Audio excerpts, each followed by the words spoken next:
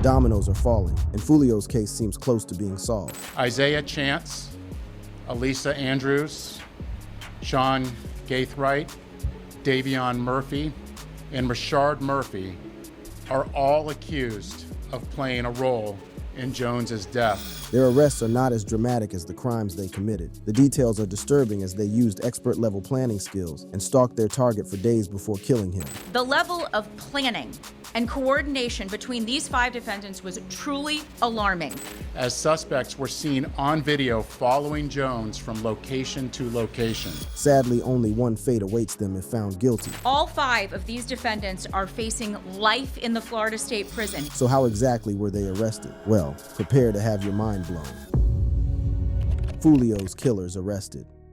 On June 26th, just 3 days after the brutal ambush that claimed the life of Charles Jones, better known as Julio Foolio, Jacksonville Sheriff's deputies were on high alert. The streets were buzzing with tension, and the hunt for the killers was intensifying. On this day, a seemingly routine traffic stop would become a pivotal moment in the investigation. The scene unfolded when deputies observed a gold SUV speeding through the streets of Jacksonville. The vehicle had dark tinted windows, making it difficult to see who was inside. The unmarked sheriff's vehicle activated its patrol lights, signaling the driver to pull over. The driver complied and the vehicle came to a stop. Little did the deputies know this stop would lead them one step closer to solving the murder of Julio Foolio. The driver of the gold SUV was identified as 18-year-old Sean Gaithright. As the deputies approached the vehicle, they immediately detected the strong smell of marijuana emanating from inside. Sean, however, denied having or smoking any marijuana. Despite his denial, the deputies knew they had probable cause to search the vehicle. Sean was asked to step out of the SUV and stand at the back while the deputies conducted a thorough search. As they began their search, they discovered a small bag with marijuana residue and mushrooms. But that was just the beginning.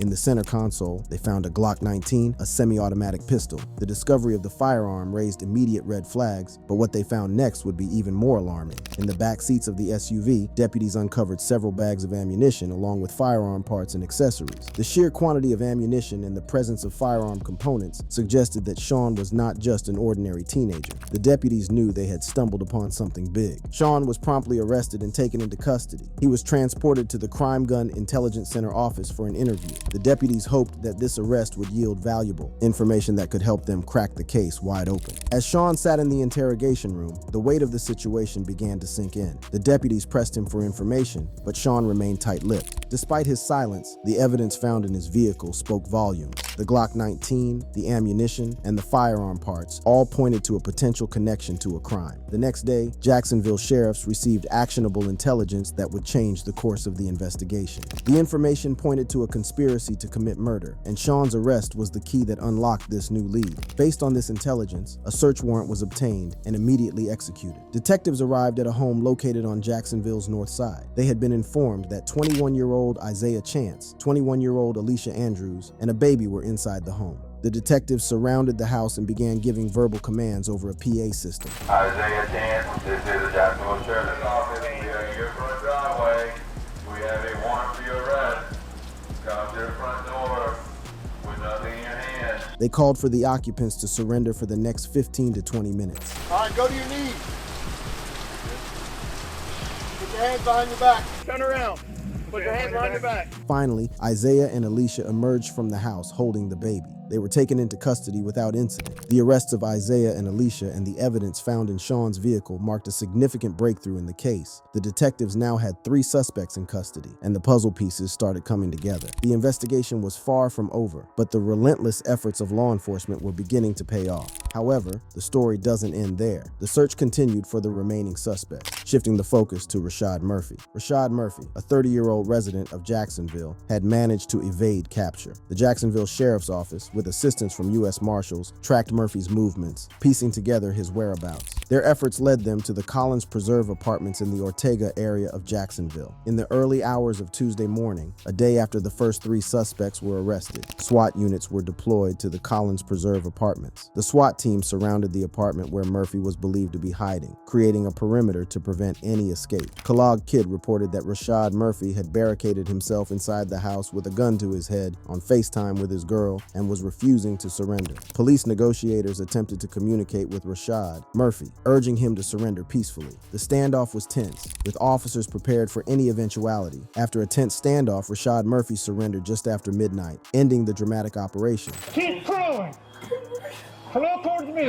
Only Davion Murphy is still at large. As detectives delved deeper into the backgrounds of Isaiah and Alicia, they uncovered startling connections to the crime. Isaiah was a documented member of ATK, a gang known as Aim to Kill, or ACE's top killers. This gang affiliation was a crucial piece of the puzzle, as it linked Isaiah to the ongoing feud between Foolio and rival rapper Young and Ace, who was also associated with ATK. In the days leading up to his murder, tensions between the rival gangs in Jacksonville had reached a boiling point. The 6 Block gang had a long-standing feud with 2 other allied street gangs, ATK and 1200. This rivalry lasted over a decade, resulting in numerous violent confrontations and a trail of bloodshed. Rashad Murphy and Davion Murphy are documented as 1200 gang members. Foolio's affiliation with the 6 Block gang made him a target in this ongoing gang war. Between June 21st and 23, the sinister plot began to unfold. The 5 suspects planned to take out Foolio as part of their gang retaliation. The group traveled from Jacksonville to Tampa, determined to track down and kill their target. On June 22nd, they arrived in Tampa in 2 separate vehicles. Their mission was clear: locate Charles Jones and settle the score. The following day, June 23rd, Isaiah Chance and Alicia Andrews began their hunt, tracking Jones and his entourage to multiple locations. As suspects were seen on video following Jones from location to location. Using a cell phone, Chance coordinated with the other suspects, setting the stage for a deadly confrontation. On the fateful night of June 23rd, Foolio and his entourage were tracked to the Home 2 Suites at 11606 McKinley Drive. Both vehicles followed Foolio from a club to the hotel where the ambush occurred. At 4:15 in the morning, Jones began to head to a hotel on McKinley. One of the suspect vehicles is seen following the victim. However, instead of following them into a parking lot, they stage across the street. Surveillance footage showed one of the vehicles driving by Foolio's parked car twice, seemingly confirming which car he was in. Then, in a coordinated attack, 3 armed shooters exited a vehicle and got into position. And you can see the shooters are getting in position for their planned out murder. And once they were in position, they opened fire, killing Foolio with a handgun and 2 rifles. Foolio's car sped off immediately after the shots rang out, but it was too late. And they are shooting at Charles now, and you can see that he's the passenger in that car that's moving and trying to flee. The barrage of bullets was relentless. Charles Jones was killed on the spot, and 3 others were injured in the hail of gunfire. The shooters, identified as Rashad Murphy, Sean Gathright, and Davion Murphy, fled the scene. At 4:38, 3 shooters exit a vehicle and walked in the direction of the hotel. They murdered Jones with a handgun and 2 rifles.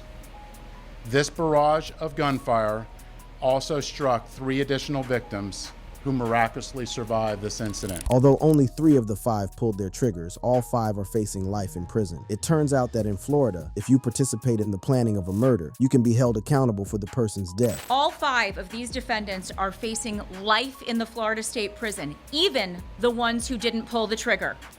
In Florida, if you participate in the planning of a murder, you can be held accountable for the person's death. And that is what we intend to do here. The suspects were captured on hotel surveillance cameras and cameras from a parked Tesla. This footage, license plate readers, and car logs helped law enforcement identify the vehicles and link them to the suspects. The evidence was mounting, and the detectives were closing in on the individuals responsible for the heinous crime. However, it seems that more arrests will be made, with Young and Ace looking more likely to find himself behind bars. Not only is he on the cops' radar, but there might be evidence linking the crime to him. Youngeen Ace Rico, ahead. So Young and Ace has long been known in Jacksonville, but he can't move around in Jacksonville without us knowing about it. Are the walls closing in on the ATK gang leader? Maybe. After the arrests were announced, he took to his Instagram to post a snippet of his interview with DJ Academics. When you approach me, be ready to die. Be ready to die or go to jail. That's not your mentality, is that? That's my mentality. I'm ready to die or go to jail right now. Seems like Ace has been shaken to the core. Do the feds have evidence that'll put him in behind bars? Well, Ace may have just snitched on himself, and it's not even in the 2 diss tracks directed at Foolio after he died. Ace revealed that one way to get ops is to use women as bait. I tell my dogs, stay away from all them but they'll drop your low the you don't with. And I don't think nobody set you up. I know for a fact somebody set your up. Well, word on the street is that a woman backdoored Foolio. This is none other than Alicia Andrews. Popular commentator College Kid revealed that Alicia, who was among the 5 arrested, was at Foolio's party just before the murder. According to College Kid, Alicia fed Isaiah Chance and Sean Gathright Foolio's location throughout the night. 21-year-old Foolio murder suspect Alicia Andrews was allegedly celebrating Jacksonville rapper's birthday with him in Tampa. Told suspects, Isaiah Chance and Sean Gathright his location, the Post read. Some in the comments section said that this is Alicia at the party. If this is true, then Foolio isn't the first rapper to go down after being backdoored by a woman. One of the most famous examples came out of the Chicago drill scene, with FBG Cash suffering the same fate. Dad, like 5 o'clock that morning, you was loose as hell, trying to ride around with in the rack. Come on, bro, ain't no doing that, scud. You know better, like, these will set you up. FBG Cash was a hard man to get to. However, it was no secret that the rapper was a ladies' man, even bragging about dating Chief Keef's mom, even though Keef was an op. It was some shit that had happened with me and Chief Keef's mama, and that just put me over the top, like, far as, like, people want to know who I am. What happened with his mom? Like, I used to with her. Like, yeah. Yeah. I ain't gonna cap. When King Von was killed, Cash decided to take a photo next to the mural showing his middle finger. However, instead of having kind words for the deceased rapper, he captioned the post saying, "Whole world witnessed yo main sniper get his splat." This stunt did not go down well with Von's guys, and especially with Von's best friend, Lil Durk. Lil Durk decided to stick up for Von by warning Cash in his song Computer Murderers, where he raps sneaking pics by Von Mural like Lil Bro won't come out and spin. Seemingly enjoying the attention, Cash would use Durk's beat on Computer Murderers and continue dissing King Von, singing Von got his clapped. You had us thinking he was stressed. Cash loved the clout as it was building his music career. He even started trolling his ops in interviews. In one interview, he was asked about his infamous stunt at King Von's mural. He responded by saying that Lil Durk had told him to do it. Then I think at some point you take the picture in front of O-Block, in front of the King Von mural. So what was going on with all that? Durk told me to do that. Durk told you to do that? Yeah. It was only a matter of time before his ops would catch up with him, and a warning from Durk on social media gave a clue as to what would happen next. Lil Durk had taken to Instagram to warn him, "Don't diss Thang if you be lingering and chasing won't end well. That's marched," the Instagram story read. Cash didn't heed any advice, and soon he was on the news. On the 9th of June 2022, Cash was picked up by a female friend and headed for a nightclub. After the club, the rapper took her to a friend's house to sleep with her. At around 5 in the morning, Cash drove the car home with the girl in the back seat. According to her, she was tired and wanted to sleep. A few minutes later, Cash stopped at the stop sign on the 1600 block of West 81st when a car cut them off. 3 men jumped out and opened fire. Cash exited the vehicle as he shot back. However, he was soon overpowered. Cash was later taken to Christ Hospital in Oak Lawn, where he succumbed to his injuries. According to reports, a few weeks before the tragic incident that claimed his life, FBG Cash was involved in a shooting in which even he suspected that the female he was with had set him up. Luckily, only his arm was grazed by a bullet, and he lived to tell the tale. When I went to look, I was like, damn. Like the bullet had ripped all my jacket. Like, I'm like, I'm shot. That morning, Cash had just left the studio and gone to the woman's house. At around 4:20 in the morning, a guy started blowing up her phone. According to Cash, it was the girl's boyfriend. The woman then told Cash that her boyfriend had the house keys, meaning he could show up at any moment. So the duo decided to leave the house. They jumped into the woman's car and drove off with Cash in the passenger seat. The rapper did one thing that saved his life that night. He reclined his seat and lay on his back while on his phone. On the way home, they stopped at a red light as a vehicle pulled behind them. According to Cash, the woman told him that it was a cop. The rapper peeped but couldn't see clearly, so he went back to his phone. Suddenly, the rear windshield was broken by a hail of bullets. Luckily, he was not in the line of fire. Immediately, the woman sped off before anyone could get shot. People around Cash warned him about being around the woman, as she was an Instagram model, and they had only gone out 3 times before the incident. According to them, she may have set up the rapper. Shooting at you at 3, 4 o'clock in the morning. And who would know where I was at? Exactly. Like, fuck, I wasn't, And like, who you would know her car? You can't see in my car, and then fucking, it's not like I was sitting straight up in her car, and then, like, if she did set me up, like, she did it with the wrong people, because they didn't kill Joe. From Ace's post about not fearing death or jail to his take on women helping set up ops, it seems like the rapper may be in cuffs sooner or later, and if he does end up in jail, he won't be the only rapper behind bars for murder. Killer rappers sentenced.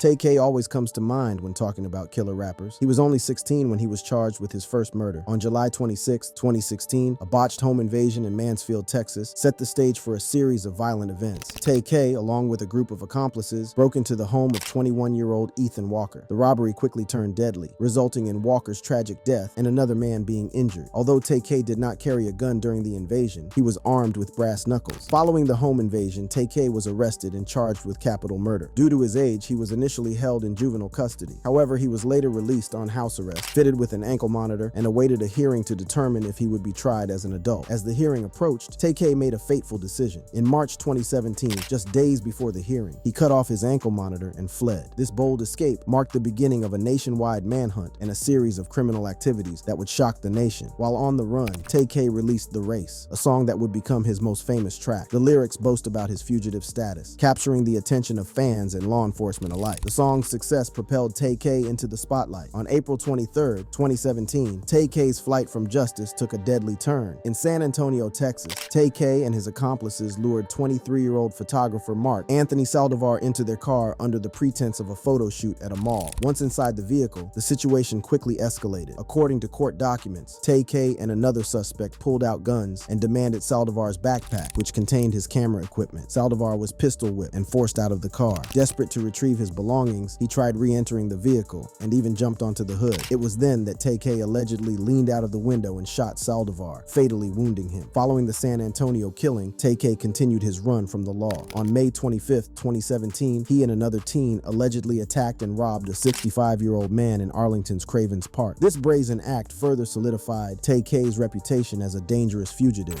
He was holding a 38 pistol and had it pointed like this, steady as could be, toward my head. The nationwide manhunt for Tay-K finally came to an end in late June 2017 when he was arrested in New Jersey and later sentenced to 55 years. Another young rapper who is still behind bars for murder is one-hit wonder Silento. The events of January 21st, 2021 would change his life forever. In the early hours of that morning, DeKalb County Police Department officers responded to reports of a shooting in Panthersville, southeast of Atlanta. Upon arrival, they discovered the lifeless body of 34-year-old Frederick Rooks lying on a road. He had been shot in the face and leg and was pronounced dead at the scene. Neighbors reported hearing multiple gunshots and alerted authorities. Security footage from the area showed several cars fleeing the scene, with one vehicle honking its horn as it sped away. This footage became a crucial piece of evidence in the investigation. On January 31st, 2021, Silento was arrested and booked on suspicion of felony murder. The arrest marked a dramatic turn in Silento's life as he went from a celebrated artist to a suspect in a murder investigation. The rapper was charged with malice murder, felony murder, aggravated assault